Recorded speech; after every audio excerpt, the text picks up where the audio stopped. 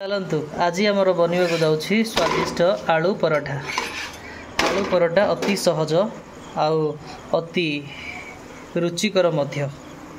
प्रथमे आलू को यही भर्ता बनई दिंतु। देखी नियंतु कौन कौन पड़ी सीझे कि भर्ता बनवा समस्त को जना। तापर जमी आम रोटी बेलुचे से भाया बेलीदबा। बेलीगला आउ गोटे रोटी ये बेला ये रखा जाइए। देखु आलू को ये रोटी उपर देई केमिति आमे आलू परोटा बनाउछे।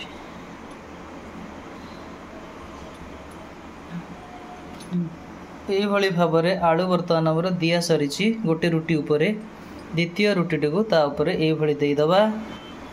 देई सारिबा परे देखंतु ता चारिपट को एई भली कर दबा।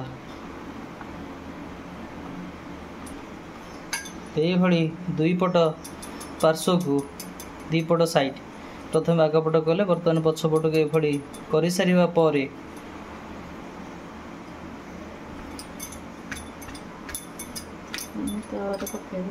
बर्तमान यह तावारे पकई टेस्टी आलू परोटा बनई दबा।